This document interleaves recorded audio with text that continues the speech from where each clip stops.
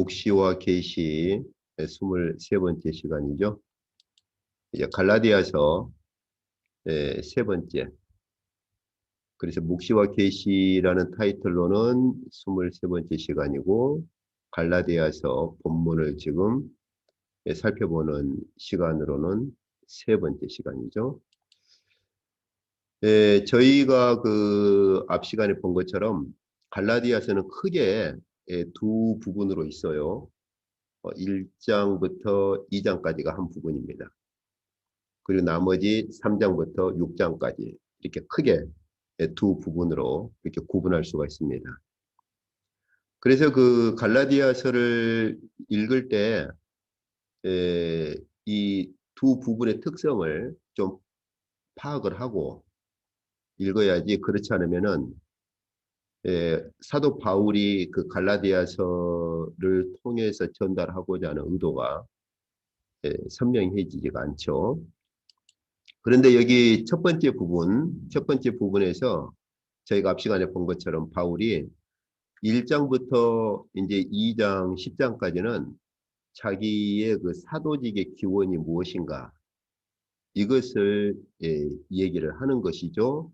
그때 이제 두 가지를 말하죠. 다메섹 사건하고 1차, 2차 예루살렘 방문 사건을 말합니다. 다메섹 사건이야 우리가 충분히 이해를 할 수 있어요. 다메섹에서 부활하신 그리스도를 만났으니까 그 사건을 가지고 내가 사도로 그렇게 부름을 받았다, 그렇게 말할 수 있는데, 예루살렘 1차, 2차에 걸쳐서 예루살렘 방문한 것은 왜 사도 바울이 여기다가 언급을 하는 것인가? 이제 그 부분을 오늘 저희가 좀 볼 거예요. 이제 그리고 2장 11절에서 21절, 2장 이제 마지막 부분, 그 부분에서는 갈라디아 교회에 침투한 자들이 누구냐 하는 것을 이렇게 알 수 있도록 힌트를 주죠. 암시를 해요. 자, 그러면 이제 오늘 여기 일부, 여기 첫 번째 파트 부분을 한번 좀 살펴보도록 하겠습니다. 바울이 그 여기 1장부터서 여기 2장 21절까지를 보면은 바울이 먼저 1장 6절에서 10절까지에서는 일종의 복선을 깔아요. 우리가 이제 영화 볼 때 그 복선이라고 그러죠. 영화 전체가 이렇게 어떻게 전개될 것이다 라고 하는 그것에 대한 암시를 이제 깔죠. 그게 1장 6절부터 10절입니다. 이제 그때 바울이 주로 사용하는 용어가 뭐냐? 다른 복음이다, 이런 용어를 써요. 그리고 나서 바울이 자신의 그 사도직의 기원이 뭐냐를 방금 제가 본 것처럼 다메섹 사건하고 예루살렘 방문 사건, 이 두 가지를 가지고 사도직의 기원을 말을 하죠. 그래서 내가 사도로 부름받았다 하는 것을 다메섹 사건하고 예루살렘 방문 사건 두 가지를 가지고 증명을 해요. 그리고 나서 여기 그 다음에 2장 11절에서 14절에서 우리가 잘 아는 베드로가 외식한 사건, 베드로가 그 이방인들하고 음식 먹고 있다가 할례파가 오니까 슬며시 자리를 피한 그 사건을 다시 언급을 합니다. 그 이유가 있어요. 이제 오늘은 이 구조에서 그 이유를 볼 겁니다. 그리고 다시 자기 그 바울이 사도로서 자신의 복음이 무엇이냐를 다시 또 소개를 합니다. 그래서 이런 그 구조를 볼 때 우리가 생각을 해야 될 것이, 여기 1장 6절에서 2장 10절까지가 한 파트예요. 이 구분을 그렇게 할 수 있어요. 그리고 2장 11절에서 여기 2장 21절까지가 두 번째 파트입니다. 여기 파트 1이라고 되어 있고 여기 2라고 해야 되는데, 두 번째 파트예요. 근데 이 파트 1과 그 다음에 파트 2가 같은 구조를 가지고 반복돼요. 그래서 여기 보면 먼저 바울이 그 갈라디아 교회에 침투한 그 다른 복음이 무엇이냐를 말을 하고 나서 바울 자신의 복음이 무엇인가를 소개를 하죠. 사도직의 기원을 말하면서 바울 자신의 복음이 무엇인가를 말을 해요. 그리고 나서 다시 왜 그 베드로의 그 안디옥 사건을 소개하느냐. 여기서 말한 그 다른 복음과 관계된 그러한 자들, 그러니까 여기 1장 6절부터 10절에서 바울이 말했던 다른 복음, 그 다른 복음과 관계된 자들이 관련된 사건이 안디옥 사건이에요. 그래서 바울이 다시 한번 베드로의 외식 사건을 얘기하는 겁니다. 그러니까 뭐 어떤 자들이 말하듯이 뭐 바울의 어떤 우월성이라든지 뭐 어떤 그 다른 어떤 이유가 아니고 베드로의 이 사건을 소개함으로써 이미 바울이 여기서 말했던 다른 복음과 관계된 자들을 다시 한번 더 이제 드러내는 것이죠. 그리고 나서 다시 바울 자신의 복음을 소개를 해요. 그래서 이처럼 먼저는 바울이 그 갈라디아 교회에 들어온 다른 복음이 무엇이냐. 그리고 나서 바울이 그 다른 복음에 반해서 자기가 가진 복음이 무엇이냐를 전개를 하죠. 이것을 이 구조를 똑같이 다시 한번 반복을 하는 거예요. 그래서 바울이 그 베드로 사건, 베드로 안디옥 사건을 가져오는 겁니다. 왜? 갈라디아 교회에 침투한 그 다른 복음이라고 하는 그 다른 복음의 특성과 그리고 그 베드로가 그 안디옥에서 외식했을 때 그 베드로가 두려워서 피했던 그 대상자들이 가지고 있는 그들의 그 특성하고 사실은 같거든요.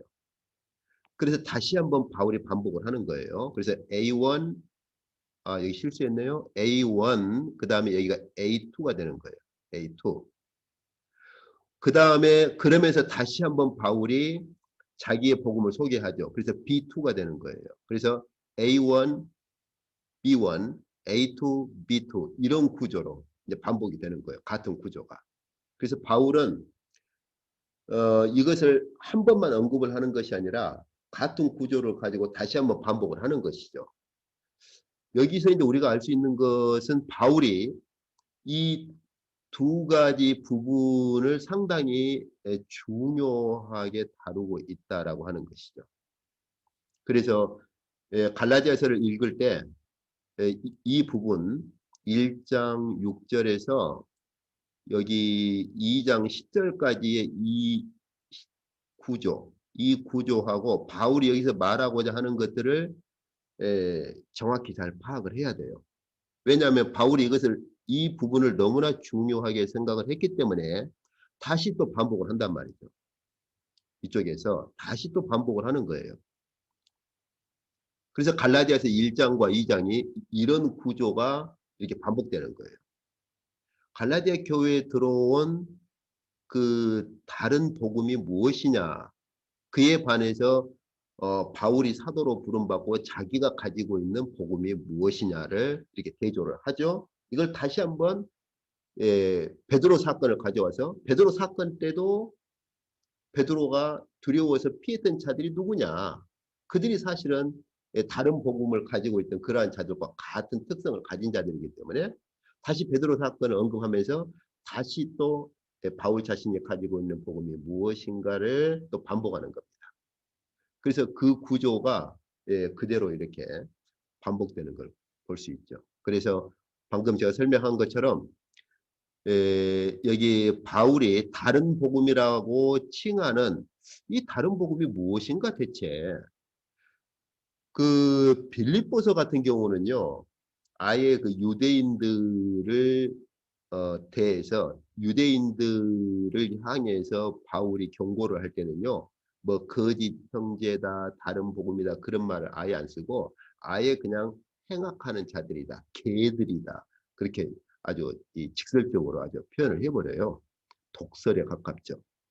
예, 그런데 이 갈라디아 교회 들어온 자들은 완전히 뭐 이런 이단시하거나 그렇게 하는 것이 아니라 다른 복음이라는 말을 쓰는데 그 다른 복음이 구체적으로 무엇이냐?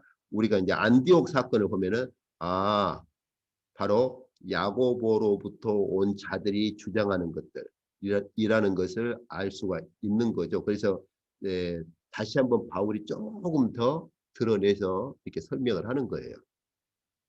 그리고 이제 바울이 사도로 부름받은 것과 자신의 복음을 다시 한번 여기서 또 반복을 하는 거죠. 그래서 1장과 2장이 이런 구조로 반복돼요. 이렇게. 그래서 갈라디아서 1장, 2장 읽을 때 이런 구조를 생각하고 바울이 그렇다면 이 부분 갈라디아 교회에 들어온 다른 복음과 바울 자신이 가지고 있는 복음을 대조하는 이 부분을 바울이 얼마나 지금 중요하게 생각하고 있는가. 사실은 이 구조가 나머지 이제 3장부터 6장까지 쭉 가요, 사실은. 그래서 갈라디아서를 읽을 때 바울의 이런 심정, 바울의 이런 의도 이런 것들을 우리가 느끼면서 읽어야 되고 그런 것들을 우리가 이렇게 이런 구조를 우리가 보고서 이런 구조를 놓치지 말고 갈라디아서를 읽어야 합니다. 자, 그럼 이것들을 좀 더 세부적으로 하나씩 봅시다. 이제 자, 그러면 이제 먼저 1장 6절부터 10절까지를 볼까요? 자, 그 갈라디아서의 복선이라 이렇게 돼 있죠. 6절부터 10절 한번 이제 개인적으로 갈라디아서를 좀 읽어보시기 바랍니다. 근데 여기서 제가 몇 구절들을 뽑아내는데 6절부터 이 9절까지 보면요. 바울이 거듭거듭 반복하는 그 용어가 있어요. 그게 뭡니까? 이쪽 보니까 6절에 보니까 다른 복음을 따르는 것을 이상하게 여긴다. 또 다른 복음이라는 건 없다. 이처럼 또 여기 보면 8절에서도 다른 복음을 전하면 저주를 받을 것이다. 또 9절에서도 다른 복음을 전하면 저주를 받을 것이다. 이렇게 다른 복음이라는 용어를 매 절마다 쓰고 있어요. 그러니까 여기서 저희가 무엇을 할 수 있죠? 바울이 지금 갈라디아 교회에 들어온 자들의 가르침을 다른 복음이라는 말을 쓰면서 굉장히 이 부분을 갈라디아 교회에 거듭거듭 반복하면서 이 용어를 거듭거듭 반복하면서 갈라디아 교회를 깨우치려고 하는 걸 볼 수 있죠. 그런데 이 다른 복음이란 말을 바울이 다른 말로 또 반복하는 게 뭡니까? 다른 복음은 이제 이 부분은 제가 세 번역에서 가져왔어요. 7절은 이 부분 번역은 세 번역이 더 좀 잘 돼 있어요. 자, 다른 복음이라는 걸 말하면서 다른 복음이라는 건 없고 그들이 그리스도의 복음을 왜곡시키려고 하는 것뿐이다. 그래서 다른 복음을 다른 말로 표현할 때 복음을 왜곡시키려고 하는 것이다. 이런 말로 또 쓰고 있고 또 다른 말로는 우리가 너희에게 전한 것 외에 다른 것들은 다 다른 복음이다. 그래 아니면은 너희가 우리에게서 받았던 그 첫 번째 받았던 그 복음 외에 다른 것들은 다 이제 다른 복음이다. 이런 말을 이렇게 쓰고 있는 거예요. 그런데 이 본문에서 우리가 조금 더 주목해야 할 것이 있습니다.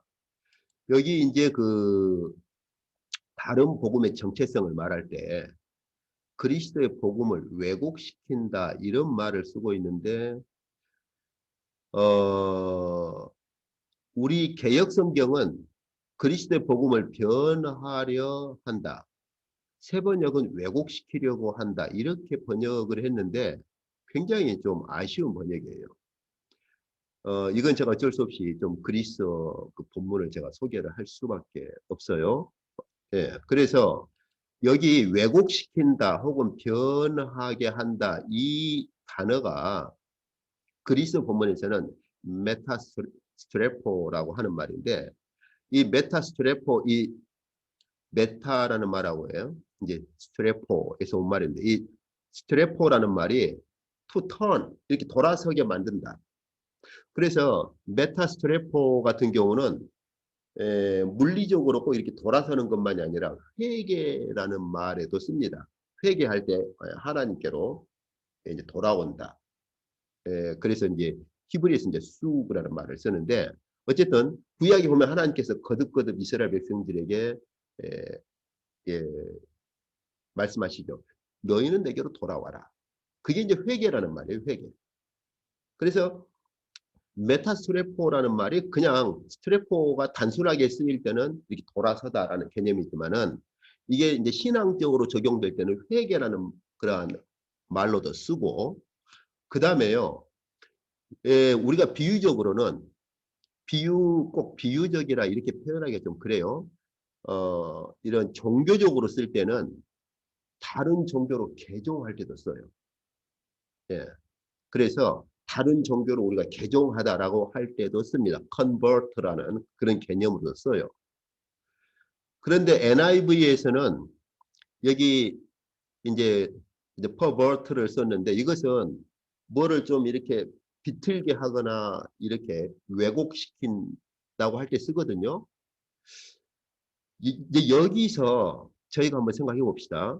바울이 여기서 다른 복음은 없다.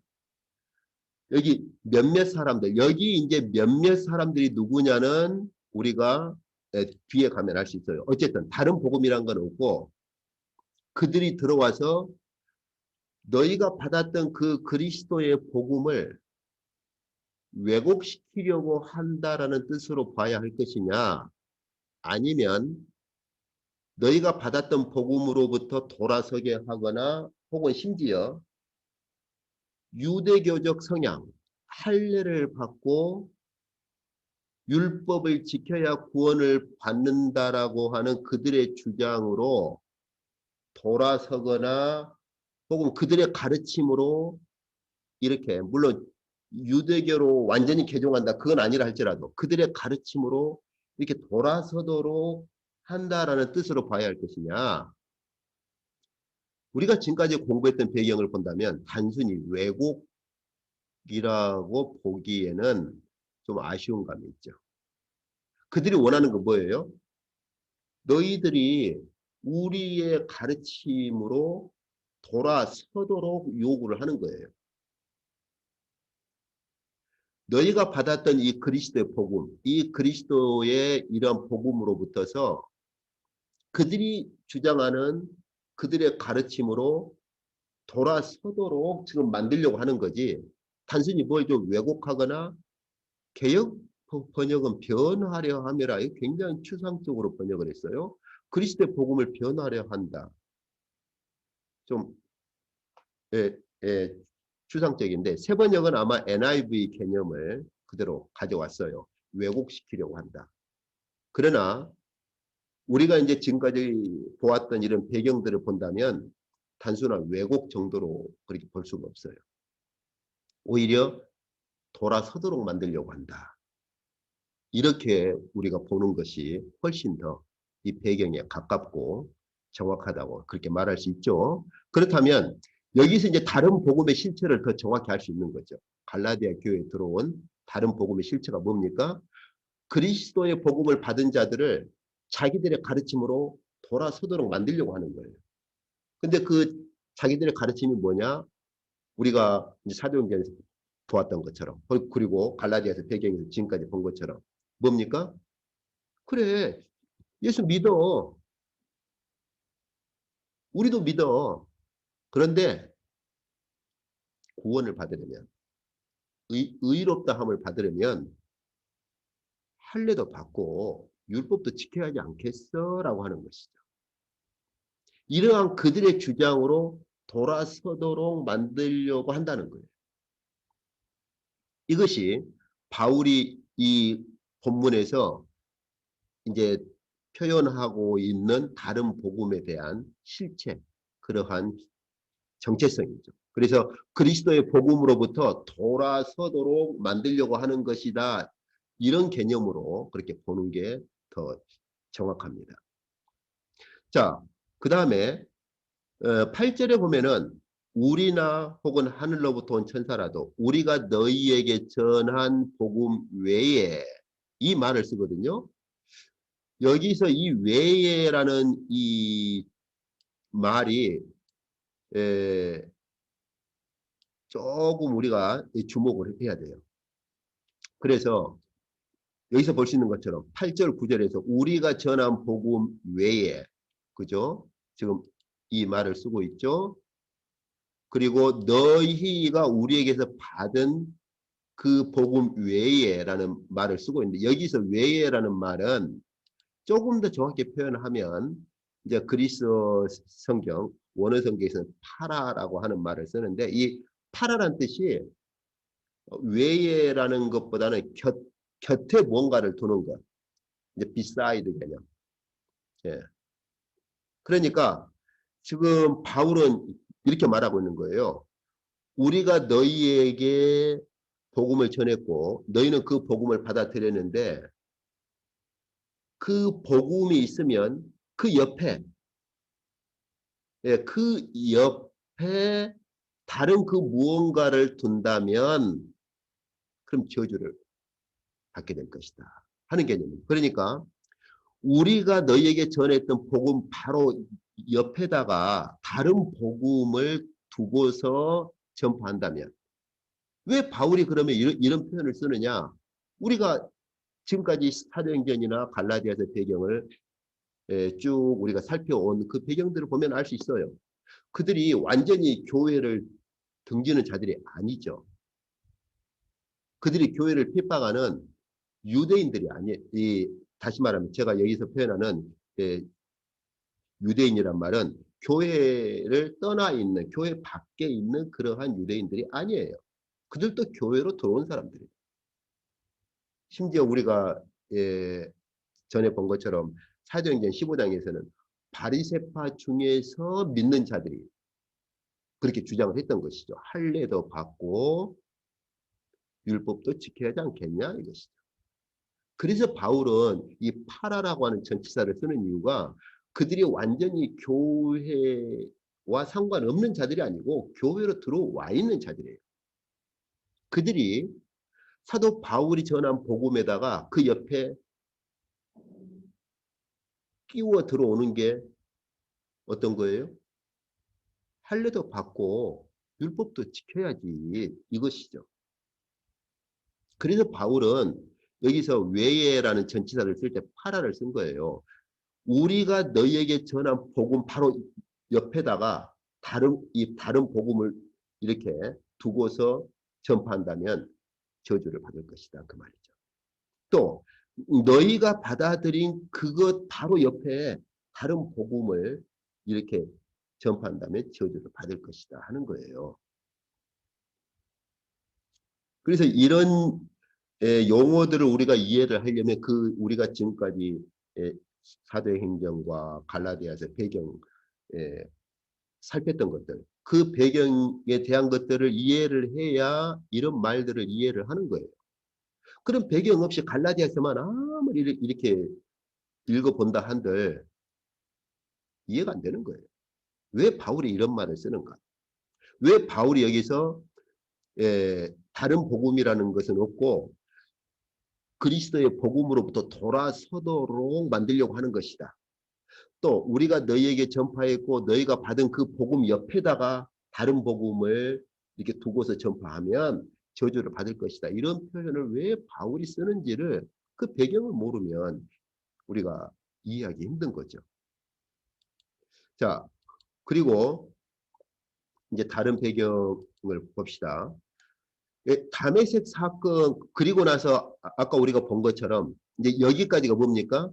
이쪽까지가 앞으로 이제 바울이 갈라디아서 1장부터 6장까지 이렇게 싸워야만 하는 대상들을 지금 암시하고 있는 거죠. 지금 복선을 깔고 있는 거예요. 그래서 이 대상을 이제 2장, 3장, 4장 가면 우리가 전에 이미 봤죠. 여러 가지 말을 가지고 이들을 다양하게 표현을 하고 있어요. 뭐 율법 아래에 있는 자들이라 뭐 할례에 대한 것들을 가지고 이렇게 말하고 이런 식으로. 자, 그리고 나서 바울이 아까 얘기한 것처럼 바울 자신의 사도직과 복음을 제시를 한다고 그랬죠. 그때 바울이 두 가지로 자신의 사도직을 예, 제시한다고 그랬어요. 하나는 이제 다메섹 사건, 그 다음에 또 하나는 예루살렘 방문 사건. 다메섹 사건이 우리가 이해를 할 수 있죠. 당연히 다메섹에서 그리스도를 이렇게 직접 체험을 했으니까. 그런데 왜 예루살렘 방문 사건을 자신의 사도직을 주장하는데 증거로 내세우는 것인가? 많은 경우 이 갈라디아서의 글들이나 갈라디아서에 관한 책들을 보면은 바울의 그 바울이 갈라디아 교회에 자신의 사도직을 증명하고자 하는 것을 다메섹 사건만을 가지고 그렇게 보려고 합니다. 바울이 1차, 2차에 걸쳐서 예루살렘을 방문했던 이 긴 본문에 대해서는 바울의 사도직을 주장하는 그러한 증거로 보는 그러한 경우들이 흔치가 않아요. 근데 그것은 바울이 갈라디아서를 쓰는 바울의 의도를 절반은 간과해버리는 거예요. 그러면 뭐하러 바울이 다메섹에서 부활하신 그리스도를 만난 다음에 아주 긴 부분을 할애해가지고 예루살렘을 그것도 한 번도 아니고 1차, 2차에 걸쳐서 예루살렘을 방문한 사실을 뭐하러 바울이 언급을 하겠어요. 우리가 지금까지 보았듯이 말이죠. 이 본문은 지금 치열한 본문이에요. 이 본문은요. 한가한 본문이 아니라 갈라디아 교회에 들어온 다른 복음을 전하는 자들하고 바울 자신의 그 사도직이나 복음을 가지고 치열하게 싸우고 있는 본문이에요. 그래서 이 바울이 이 갈라디아서 이 처음부터 읽어보면은 어투가 강하고 아주 치열한 논쟁을 하고 있고 이 싸움을 하고 있는 본문이거든요. 그런데 만약 1차 예루살렘 방문과 2차 예루살렘 방문이 바울 자신의 사도직을 증명하는 데 도움이 안 되는 거라면 여기에다가 바울이 한가하게 지금 이 본문을 끼워 넣을 이유가 없어요. 지금 이 바울이 아주 급격하고 치열하게 지금 이 갈라디아서를 쓰고 있는 상황이란 말이죠. 더군다나 보세요. 1장 18절에서 2장 10절까지 걸쳐서 이 긴 본문이 의미가 없다면 그냥 나 예루살렘 좀 가봤어. 이 정도 말하려고 하는 의도라면 11장 1장 11절에서 17절까지 다메섹을 말하고 나서 불과 6절이죠. 그 다음 보세요. 18절에서 2장 10절까지 걸쳐서 저희 분명히 기억해야 될 것은 원래 장절 구분이 없었다는 사실을 기억을 해야 합니다. 그렇죠? 원래 장절 구분이 없었죠? 장절 구분이 없었다면 다메섹 사건을 언급하고 나서요. 여기 1장 18절에서 2장 10절에 걸쳐서 아주 긴 문장을 예루살렘 방문했던 1차, 2차 방문을 아주 길게 좀 쓰고 있는 거예요. 우리가 한번 생각해 봅시다. 우리가 바울이라고 생각하고 지금 갈라디아 교회에 이런 말씀을 보낼 때 지금 갈라디아 교회에 다른 복음을 가진 자들이 침투해가지고 갈라디아 교회가 미혹된 자들도 생겼거든요. 이런 상황에서 야, 다른 복음이라는 건 없다. 다른 복음이라는 건 없고 너희를 지금 너희가 받아들인 그리스도의 복음으로부터 너희를 지금 돌아서려고 만드는 자들이고 너희가 받아들인 복음 그 옆에다가 살짝 끼워 넣어가지고 너희를 지금 그렇게 변질시키려고 하는 것 아니냐. 이걸 얘기를 하고 나서 나는 다메섹에서 그리스도를 본 사도야. 이걸 얘기를 하고 나서 지금 막 급한데 예루살렘 방문한 거 1장 18절에서 2장 18절까지 나 예루살렘 좀 가봤거든. 그리고 나 사도들 좀 만났거든. 이런 정도 의도라면 이걸 말하려고 지금 이 긴 절을 이렇게 한가하게 쓰고 있겠어요. 그런 게 아니에요. 나는 다메섹에서 그리스도를 직접 만난 사도일 뿐만 아니라 1차, 2차 예루살렘 방문해서 사도직을 공식 사도들로부터 인정을 받은 거야. 그 말이에요, 지금. 내 사도직은 내가 개인적인 그리스도를 만난 사건으로 끝난 것이 아니라 내가 1차, 2차에 걸쳐서 예루살렘 방문했을 때 거기 있는 모든 사도들도 내 사도직을 받아들였어. 이거예요, 지금. 그래서 지금 다메섹 사건하고 예루살렘 방문 사건을 길게 지금 기록을 하고 있는 거예요. 지금. 아주 긴 지면을 할애해가지고 쓰고 있는 거예요. 그런데 이제 안타까운 건 갈라디아서에 관한 책들을 보면은 바울의 사도직 기원을 다메섹 사건 이것으로 한정을 하고 예루살렘 방문 사건에는 바울의 사도직의 기원을 입증하고 그걸 증명하는데 큰 의미를 부여하지 않는 경우가 참 많아요. 그건 바울이 지금 갈라디아서를 쓰고 있는 바울의 의도를 강구하고 있는 거예요. 그걸 놓쳐버리고 있는 거죠. 자, 그래서 바울이 여기서 지금 다메섹 사건에서 바울이 지금 몇 가지 구조를 가지고 또 얘기를 하고 있어요. 첫 번째는 나는 부활하신 그리스도를 직접 만났고 그리스도의 계시를 받았어 라고 하는 것. 그리고 나서 바울은 내가 원래 유대인 중에 유대인이야. 자기 자신의 그 유대적인 배경을 소개를 하죠. 그리고 나서 다시 바울이 다메섹 사건 언급을 합니다. 그래서 이 1장 11절에서 17절까지는 이렇게 세 부분으로 이루어져 있어요. 먼저는 바울이 내가 지금 너희 갈라디아 교회 전한 복음은 예수 그리스도의 계시로부터 온 것이다. 이걸 먼저 말해요. 그리고 나서 끝에 이제 결론에 가서 16절, 17절에 가서 내가 너희에게 전한 예수 그리스도의 계시는 내가 어떤 개인적으로 받은 것이 아니라 다메섹에서 부활하신 그리스도를 직접 만난 사건이다 하는 거예요.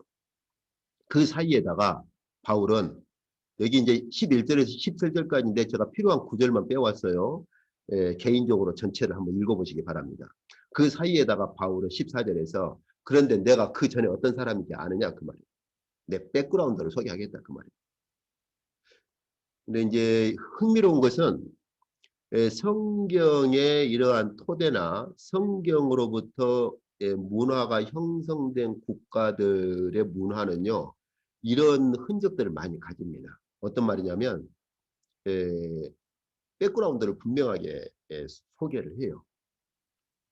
제가 그 호주에서 호주 목회자들 그 이제 그리스어 특강 그 세미나 그렇게 할 때도 우리나라 정서는 좀 그러잖아요.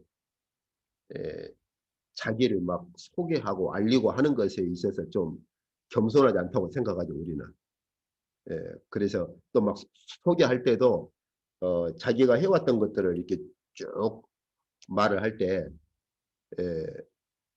그, 가능한 한 조심스럽게 말하고 줄여서 말해야 겸손한 거고, 에, 하여튼 있는 그대로 표현하면 좀 겸손하지 못한, 이렇게 우리는 인식을 하죠.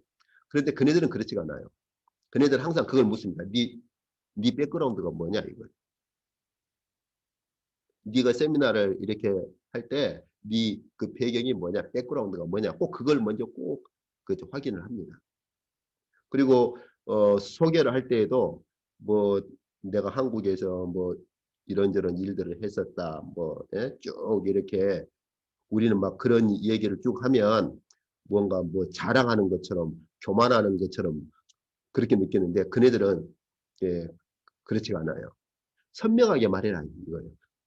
네 백그라운드를 클리어하게 말을 해라 그래요. 그래서 제가 처음에는 굉장히 좀 문화적인 차이 때문에 좀 어, 좀 당황하기도 하고 좀 그랬는데 그네들이 가지고 있는 문화적인 특성이라는 게 이런 게 있구나 하는 것들을 시간이 가면서 알 수가 있었죠. 바울이 여기서 여기 12절하고 16절, 17절에서 두 가지를 말하죠. 어떤 겁니까? 내가 너희에게 전한 복음은 그리스도의 계시로부터 온 것인데 이 그리스도의 계시가 어떤 겁니까?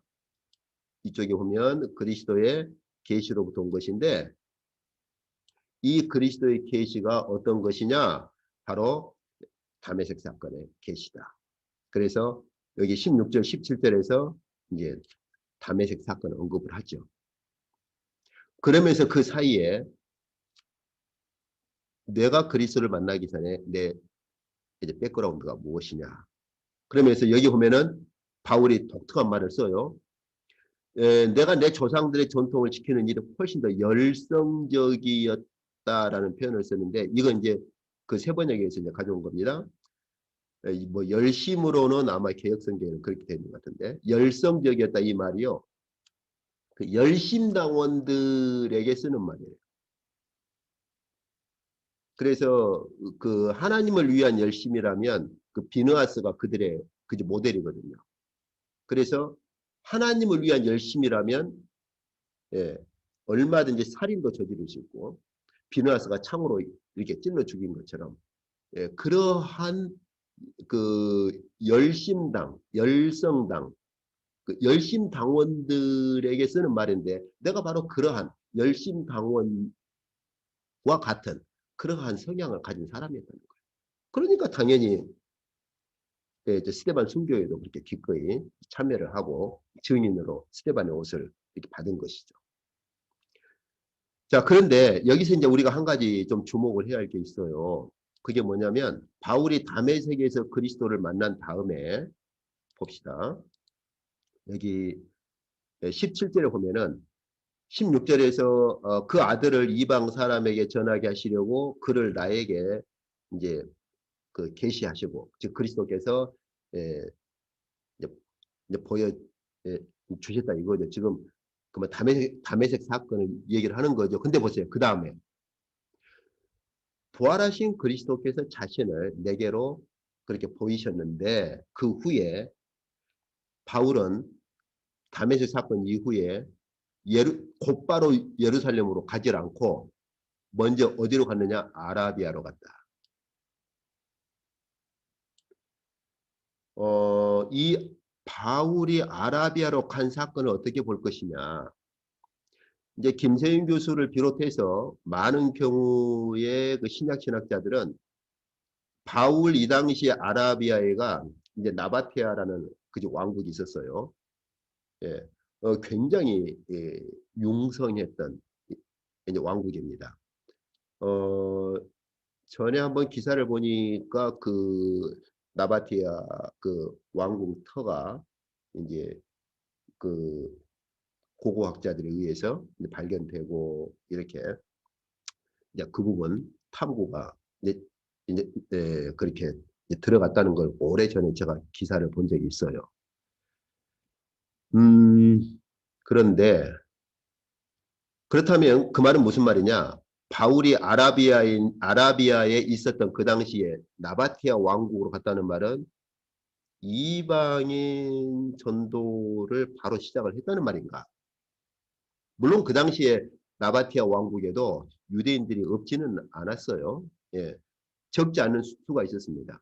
그 주후 70년에 이제 로마군에 의해서 이제 예루살렘 함락이 이제 되어버리잖아요.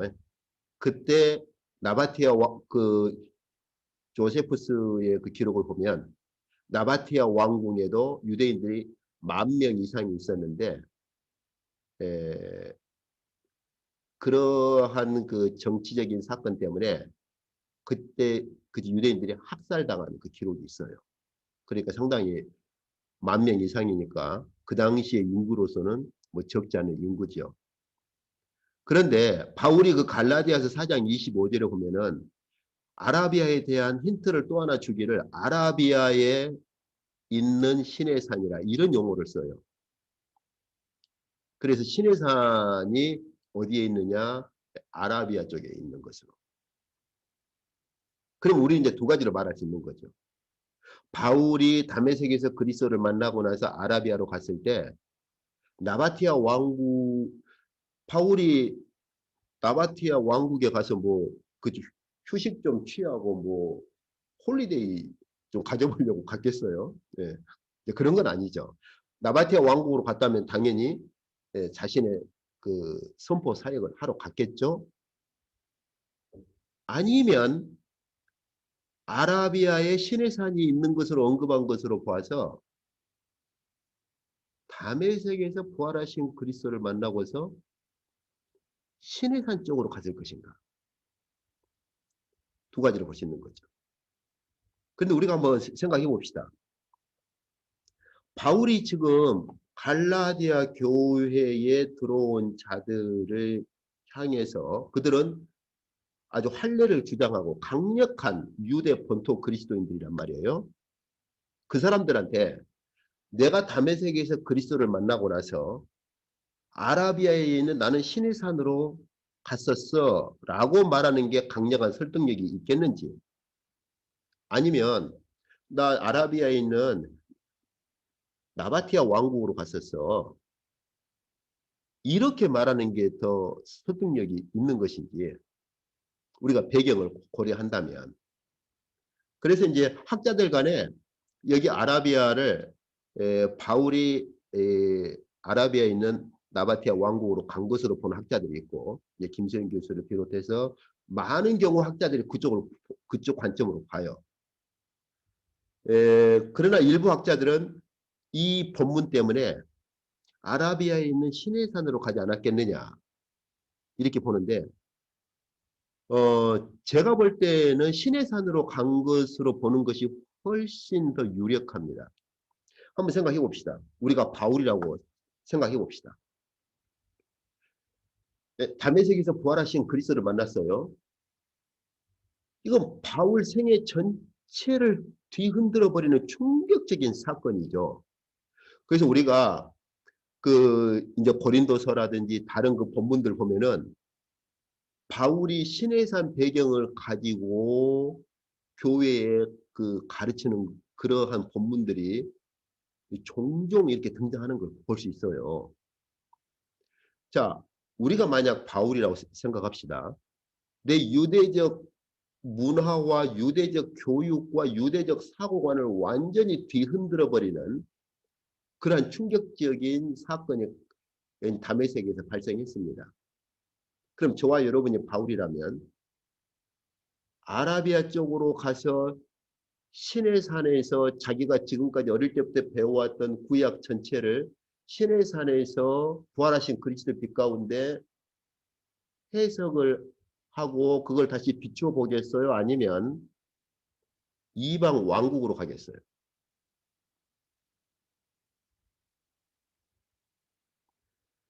음, 그리고 지금 이 바울이 지금 갈라디아서를 쓰는 배경이 지금 강력한 할례를 주장하고 율법을 주장하는 자들에게 자기의 사도직을 논증하는 지금 그런 배경이란 말이에요. 그러면 저와 여러분이 바울이라면 나는 담의 세계에서 부활하신 그리스도를 만난 사도야 이렇게 주장을 했다면, 그래서 내가 아라비아에 있는 시내산까지 다시 한번 갔다가 왔어 이렇게 말하는 게 더 자신의 그 할례와 율법을 주장하는 자들에게 자신의 사도직의 강력함을 말할 때, 그래서 나는 부활하신 그리스도를 만나고 나서 아라비아에 있는 시내산에 내가 가서 시내산에 갔다 오기까지 했어라고 말하는 게 더 힘이 있겠어요? 아니면은 그 할례를 주장하고 율법을 주장한 사람들에게 나 그리스도를 만나고 나서 이방 국가 아라비아에 있는 그저 나바티아 왕국에 갔다 와서 이렇게 말하는 게 더 설득력이 있겠어요? 어떻습니까? 시내산이 훨씬 더 설득력이 있는 것이죠. 너희가 지금 할례를 주장하고 너희가 지금 그 율법을 주장해? 야, 나는 하나님께서 할례를 주고 율법을 준 그 시내산까지 갔다 왔어. 이렇게 말하는 게 더 힘이 있지 않겠어요, 지금? 이 배경에서? 나 아라비아에 있는 이방 국가, 그저 나바티아 왕국에 갔다 와서 그것은 아무런 이 지금 논쟁을 하고 있는 이 대상자들에게 의미가 없어요. 야, 네가 이방 국가에 갔다 왔는데 그게 뭐 어떻다고? 근데 바울은 너희가 지금 할례를 주장하고 율법을 주장해? 나는 말이야 다메섹에서 그리스도를 만나고 아라비아에 있는 시내산에 나 갔었어. 이렇게 말을 해야죠. 이제 이런 말들을 이렇게 이제 그냥 가볍게 풀어서 지금 하는 건데, 이것을 이제 학술적인 논증으로 더 이제 근거를 제시하고 이제 주장한 학자들의 글을 정리해 가지고 논문으로 쓰면 이게 이제 학적인 그 논문이 되어서 이제 그렇게 학자들 간에 이제 논쟁으로 되는 거죠. 이 좀 학문이라든지 학적인 그 논쟁이라고 하는 게 좀 그래요. 그래서 김세윤 교수나 많은 경우 학자들이 나바티아 왕국으로 간 것으로 보지만은 지금 이 배경이나 이 상황에 비추어서는 나바티아 왕국으로 보는 것은 그닥 별로 의미가 없어요. 시내산에 있는 아니 그 아라비아에 있는 시내산에 갔다 온 걸로 보는 것이 훨씬 더 설득력이 있고 강합니다. 더군다나 지금 갈라디아 교회에 들어온 할례를 주장하고 율법을 주장하는 사람들에게는 시내산에 간 사건을 언급을 해야 훨씬 더 강한 힘을 가지고 또 이 사람들도 할례를 주장하고 율법을 주장한 사람들도 바울의 이런 글을 읽을 때 아라비아로 갔다 했을 때 그 당시 문화를 생각하면 나바티아를 생각하겠어요? 아니면 자기네 문화권에서 시내산을 먼저 생각하겠어요? 그러잖아요. 예. 여기서 바울이 아라비아로 갔다라고 하고 나서 아라비아 나바티아 왕국으로 갔는지 시내산으로 갔는지는 언급을 안 해버리죠? 그 말은 무슨 말이에요? 이 글을 읽는 사람이 당연히 직관적으로 아라비아 그러면 직관적으로 떠오르고 직관적으로 느낄 수 있기 때문에 아라비아만을 언급을 한 것인데 그러면 할례를 주장하고 율법을 주장하는 사람들이 그 당시 아라비아에 있는 시내산을 생각할 때 나 아라비아 갔어 그러면은 나바티아 이방 땅을 이방 왕국을 생각하겠어요? 시내산을 생각을 하겠어요? 그 전반적으로 봤을 때 이건 나바티아 왕국으로 보기가 힘들어요. 시내산 사건을 그렇게 말하는 것으로 그렇게 볼 수밖에 없는 것이죠. 자, 그리고 나서 바울이 이제 1차 예루살렘 방문하고 2차 예루살렘 방문을 말하는데 왜 이게 중요하느냐? 첫 번째 방문했을 때 베드로를 만나서 15일 동안 함께 있었고 그때 야고보라는 사도를 만났죠. 자, 그런데 베드로하고 15일 동안 있을 때 바울이 베드로하고 그저 무슨 얘기 했겠어요? 뭐, 야, 뭐 그동안 힘들었지, 뭐 얼마나 힘들었냐, 뭐 이런저런 뭐 자잘한 얘기 했겠어요? 바울 자신의 다메섹 사건을 분명히 얘기를 했을 것이고 또 그리고 베드로와 야고보로부터 무엇을 받아요? 주님과 함께 평생 주님과 함께 다녔던 그러한 이 그러한 그 일대기를 베드로나 야고보로부터 다 들었겠죠. 그 흔적이 있어요. 바울이 이 고린도전서 15장 그 3절에서 중요한 말을 쓰는데 내가 너희 고린도 교회에 이렇게 전파한 복음에 대해서 말할 때 바울이 아주 중요한 말을 씁니다. 이것도 세 번역이 오히려 더 좋아요. 내가 전해 받은 것 중에서 중요한 것을 너희들에게 전했다. 이 말을 씁니다. 그런데 바울이 여기서 전해 받다. 이 말은요. 이제 파라디도미라는 이 말인데 이 말이요. 원래 유대인들의 사회에서는요. 전승을 말할 때 써요. A라는 내 랍비는 그 스승으로부터 이 가르침을 전승받은 것이고 그 스승은 또 그 스승으로부터 해가지고 누구까지 가느냐? 모세까지 가요. 그 말은 무슨 말이냐? 내가 지금 너에게 가르친 이 가르침은 내 스승으로부터 전승받은 것인데 내 스승은 그 스승으로부터 전승받은 것이고 그래서 계속 올라가서 그 스승은 모세로부터 이렇게 전승받은 것이다. 이런 말을 할 때 쓰는 말입니다. 파라디도미가. 다시 말하면 전승받은 것을 표현할 때 쓰는 말이에요. 그래서 내가 한마디로 너희들에게 가르치는 건 말이야. 모세로부터 온 것이야. 이제 이런 말을 하려고 쓰는 거죠. 그럼 보세요. 바울이 굉장히 독특한 표현 쓰는 거죠. 나도 전승받은 것을 여러분들에게 전했다는 거예요. 바울이 누구에게 전승받아요? 그래서 이 고린도전서 15장 3절부터 5절 그리고 나머지 전반적인 것들은 바울이 바울 자신이 누군가로부터 전승받았다는 사실을 그리고 전승받은 부분 중에서 이거 개혁판에서는 에, 먼저 너희에게 전했다 이렇게 먼저란 말로 번역을 했는데 이건 아쉬운 번역이 아니라 잘못된 번역이에요. 먼저가 아니라 가장 중요한 것. 가장 중요한 것. 내가 너희들에게 가르친 이 복음에는 말이야 나도 전승받은 게 있어 그 말. 나도 전승받은 게 있는데 그 중에 핵심이 되는 걸 너희들에게 가르쳤어. 이렇게 말하는 거예요. 한번 우리가 생각해 봅시다. 바울이 고린도 교회에 주님의 성찬을 말하죠. 언제 바울이 주님의 성찬에 그만 참여했어요? 사도 바울은 주님의 성찬에 참여한 적이 없어요. 근데 사도 바울이 고린도 교회 주님의 성찬을 말할 때 주께로부터 받은 것이니 그 말을 쓰거든요. 이걸 이제 뭐 은사를 주장한 분들은 또 그렇게 신령하게 생각할 수 있겠죠. 뭐 바울이 뭐 이런 환상 가운데 또 주님께로부터 성찬에 대한 말씀도 이렇게 받은 것이 아니냐 그렇게 할 수도 있겠죠. 그러나 그런 개념이 아니에요. 바울이 다메섹 사건 이후에 아라비아에 있는 시내산을 가서 바울이 자신의 삶을 통째로 바꿔버린 전체 구약의 전체 흐름을 시내산에서 묵상을 했을 것이고 시내산에서 그렇게 예, 그 이스라엘 구약의 핵심이 되는 그 시내산에서 바울이 구약의 전체를 다시 새롭게 해석을 했겠죠. 부활하신 그리스도 빛 아래서. 그리고 이런 흔적들이 고린도서에 굉장히 종종 그 고린도서에 등장하는 걸 볼 수 있어요.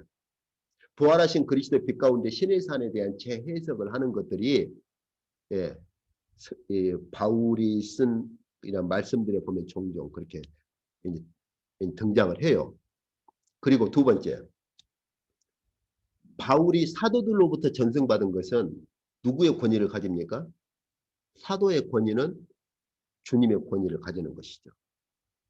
그래서 바울이 그 후 3년 후에 베드로를 만나고 야고보를 만나서 15일 동안 함께 있으면서 주님의 이런 생애에 대해서 그리고 주님의 가르침에 대해서 이렇게 전승을 받는 것이죠.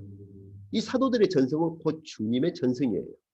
그렇기 때문에 바울은 고린도 교회에 주님의 성찬을 말할 때 주께로부터 받은 것이다라고 직접적으로 이렇게 말을 할 수가 있었고 그리고 이 고린도전서 15장 3절부터 5절은 자기가 사도들로부터 전승받은 핵심이 되는 것들을 얘기를 하는 거예요. 그래서 내가 전승받은 것 중에 아주 핵심이 되는 것, 여기 중요한 건 이렇게 되는데 핵심이 되는 것을 너희들에게 그렇게 가르쳤는데 그게 뭐냐? 그리스도께서 성경대로 우리 죄를 위하여 죽으셨다는 것, 무덤에 묻히셨다는 것, 성경대로 사흘 만에 살아나셨다는 것, 베드로에게 이런 것들을 쭉 얘기를 하는 거예요. 이것을 바울이 뭐라고 말하느냐? 내가 전승받은 것 중에 핵심이다. 내가 전승받은 것 중에 핵심이고 나는 그 전승받은 복음 또한 너희들에게 그렇게 가르치고 그리고 전해 주었다는 거예요. 그래서 바울의 복음을 말할 때 두 가지를 우리가 잊어서는 안 됩니다. 하나는 바울의 복음의 핵심이 다메섹 사건이지만 또 한 가지 기둥은 뭐냐? 또 한 가지 기둥. 다메섹 사건하고 함께 또 한 가지 기둥은 뭐냐? 사도들로부터 전승받은 사도적 전승이 또 함께 공존하는 거예요. 이렇게 두 가지가. 그래서 사도적 전승은 주님의 권위를 가지는 거예요. 사도가 쓴 말씀이 주님의 말씀인 것처럼. 그래서 바울이 사도직의 그 기원을 말할 때 갈라디아서에서 다메섹 사건하고 예루살렘 방문 사건을 말하는 이유가 여기 있는 거예요. 야, 나는 다메섹에서 그리스도를 만났을 뿐만 아니라 너희 지금 율법을 주장해? 나 그리스도를 만나고 나서 아라비아에 있는 시내산으로 갔었어. 그리고 시내산에서 온 다음에 나는 사도들을 만나서 사도들의 전승을 직접 받았고 사도들이 나를 사도로 인정을 했어. 얼마나 바울이 자기의 사도직과 자기의 복음에 대해서 강력하게 주장을 하는지를 알 수 있겠죠. 갈라디아서를 읽을 때 이런 것들을 느낄 수가 있어야 됩니다. 자, 그리고 이제 2차 이제 예루살렘 방문을 얘기를 하죠. 예. 그래서 뭐 여기 14년 후가 다메섹으로부터 14년 후인지 아니면 아까 그 3년 후에 첫 번째 방문했는데 첫 번째 예루살렘 방문 후로부터 14년인지는 확실히 알 수가 없죠. 어쨌든 간에 바울이 두 번째 예루살렘 방문했을 때 무슨 사건이 또 생기느냐? 이쪽 보세요.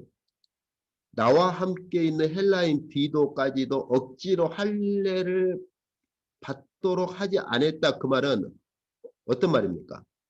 바울이 디도하고 함께 이쪽 보면 내가 바나바와 그리고 디도를 데리고 2차 예루살렘 방문했을 때 역시 또한 그쪽 파들 본토 유대인들 할례를 받고 율법을 지켜야 한다라고 하는 이 사람들이 보니까 바울이 바나바와 함께 그리스인 그리스 사람 디도를 그만 데려왔거든요. 이방인이네. 야, 그럼 너 할례 받아. 이렇게 강요하는 사건이 발생한 거죠. 그래서 바울이 그렇게 말한 거예요. 그리스 사람 디도를 내가 데려갔을 때 그런 할례를 강요하는 어떤 사건이 있었지만은 나는 결코 할례를 못 받겠다는 거예요. 왜 그러느냐? 여기에 보니까는 가만히 들어온 이제 거짓 형제라는 말을 쓰죠. 아까 저희가 처음에는 바울이 다른 복음이라.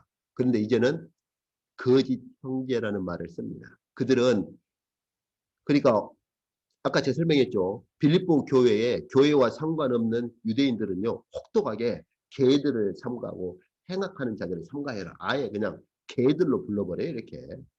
그런데 이 갈라디아 교회와 관계 있는 자들은 아주 그렇게까지 극단적인 칭호는 안 쓰고 거짓 형제들 때문에 내가 할례를 못 받게 했다.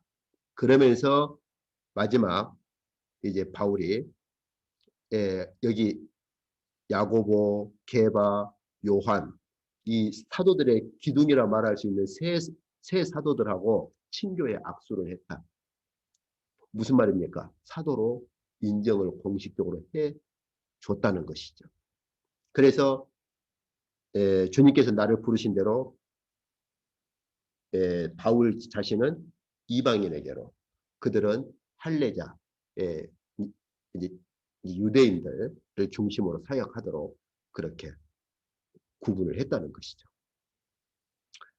예, 그래서 이제 오늘 저희가 여기서 볼 수 있는 것처럼 바울이 이제 마지막 여기 2차 예루살렘 방문도 크게 두 가지로 이렇게 말을 하고 있어요. 1절부터 여기 이제 4절까지 해서는 역시 갈라디아 교회에 들어온 그러한 것들 때문에 할례 문제와 거짓 형제들을 언급을 하고 그리고 마지막 결론으로서는 어떤 겁니까?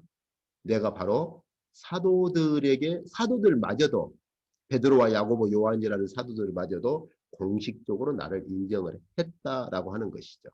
그래서 아까 저희가 그 보았던 이제 다른 복음과 그러면서 바울 자신의 복음을 그렇게 예, 똑같은 구조로 두 번에 걸쳐서 언급을 한 것처럼 2장 여기 1절부터 11절에서도 역시 할례와 거짓 형제들을 언급을 하고 나서 이제는 베드로, 야고보, 요한까지도 내 사도직을 인정했다라는 이런 구조로 지금 계속 같은 구조를 계속 지금 이렇게 문장 구조를 끌고 가고 있는 거예요. 그래서 이제 오늘 저희가 본 것처럼 바울이 그 이제 갈라디아서를 쓸 때 정말 바울이 지금 어떤 심정을 가지고 어떤 의도로 갈라디아서를 쓰는지를 그 흐름을 놓치지 말고 그 구조 가운데서 갈라디아서를 쭉 이렇게 읽어가야 앞으로 이제 우리가 3장, 4장, 5장에서 보게 될 갈라디아서에 대한 본문을 더 선명하게 볼 수가 있어요. 안 그러면 굉장히 혼란스러워요. 그래서 오늘 이제 아까 저희가 보았던 것처럼 바울이 시작점에서 구조에서 본 것처럼 바울이 갈라디아 교회에 들어온 자들의 정체성을 암시하는 복선을 깔면서 바울 자신의 사도직과 복음의 기원을 언급을 하고 그리고 다시 이제 앞으로 이제 그 안디옥 사건을 볼 거예요. 그리고 다시 바울이 안디옥 사건에서 바로 이러한 다른 복음을 가진 자들을 더 선명하게 드러내면서 바울 자신의 복음을 소개하는데요. 여기 2장 15절에서 21절에 소개한 바울 자신의 복음 소개가 3장부터 6장까지를 쭉 끌고 갑니다. 여기가 핵심이에요. 2장 15절에서 21절까지를 정확히 파악을 못하면 3장부터 6장까지 전개되는 바울의 그 복음의 핵심을 놓쳐버릴 수가 있어요. 근데 갈라디아서 읽을 때 이 부분은 쓱 지나고 그냥 3장부터 막 집중하는 분들이 있는데 그렇게 하면 안 됩니다. 오늘 이쪽까지 하도록 하죠. 다음 시간에 조금 더 좀 들어가 보도록 그렇게 하겠습니다.